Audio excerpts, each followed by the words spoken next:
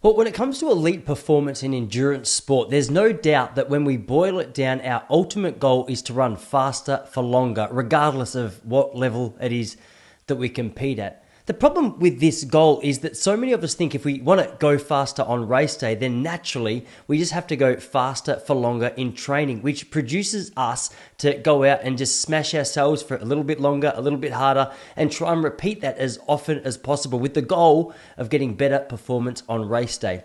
One problem with this approach, however, is while it produces quick results, it often leads to performance plateaus, niggles, and even to injuries, which in turn makes us a lot less consistent than we otherwise could be. And obviously, without consistency, over time, we're not going to see the results that we would like to see.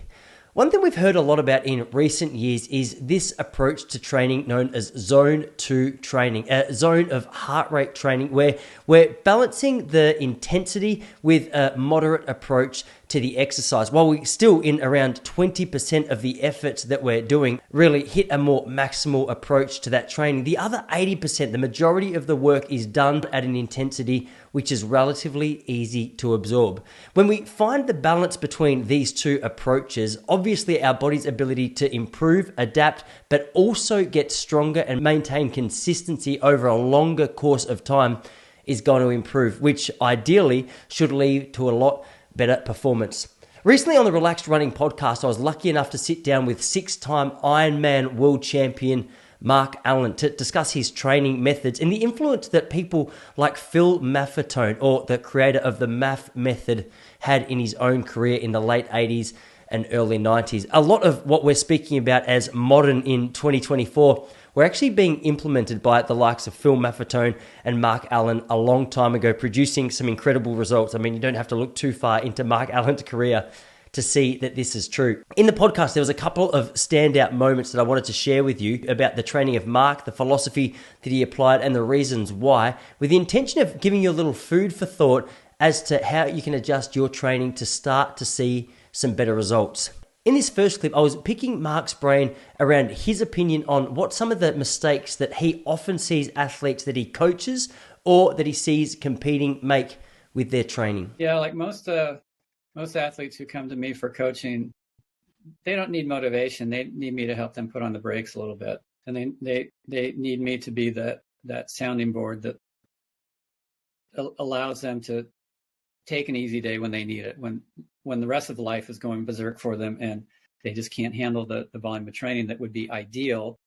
Ideal meaning if you don't have anything else going on in your life, and so, yeah, that's basically, if an athlete is not getting the results that they should based on the training they're doing, you can almost always trace it back to them being under more stress than they're able to handle. The second thing I wanted to share with you today is some of Mark's thoughts around the problems with athletes not balancing the recovery and intensity facets of their training very well. Here's what he had to say. And I think that, you've seen in recent times a lot of the top athletes having very inconsistent results. Like they'll have great races and then boom, then they're no good for a while and they're injured. And I think a lot of it is probably not having that right balance between going hard, recovery, choosing your races wisely. Just, it's a whole thing that goes into it. Finally, once we've started to talk about training, we've got ourselves into a good routine. We think, all right, I've been consistent. I've been putting in the work. Now I just want to go out and absolutely smash races. Obviously, we get the dopamine hit. We get the excitement from the races that we go out and do, but without a structured plan towards the races that we're going out and running, we're not going to be able to expect to see the results that we can ideally. So that's why I found this something very interesting around the way Mark Allen scheduled his race calendar. That was a key to me having that longevity. I regulated my workouts pretty well. I didn't overdo the fast stuff, which is always where people get in trouble. Nobody gets in trouble because they're doing too much moderate training. They get in trouble because they do too much high intensity training.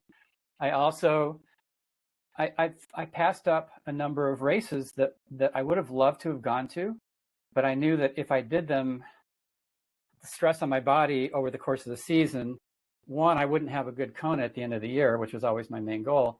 But secondly, I just felt like it might burn me out for forever. And so, I was racing maybe 6 or 7 races a year, and the other guys were doing at least twice that. And so my race load was a lot less too. Obviously, in a sport like distance running, triathlon, Ironman, there's so many variables that we're constantly toying with. But if you are an athlete who struggles with consistency, with injury, or really undulating performances, just a little bit of food for thought. Make sure you check out this episode and a whole lot more over at the Relaxed Running Podcast. And if you do want more from Relaxed Running, check out Relaxed Running in the link in the description to this video.